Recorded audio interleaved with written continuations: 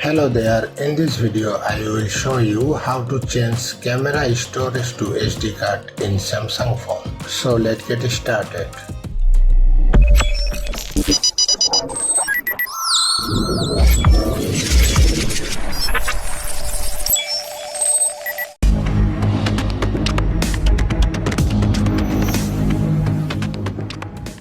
Open your camera app.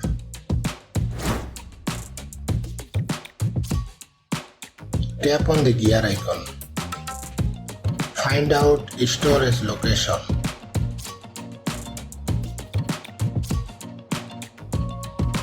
Tap on it. Select SD card.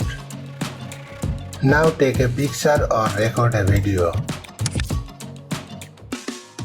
As you can see here, after taking this photo is located in my SD card. That's it. Thanks for watching.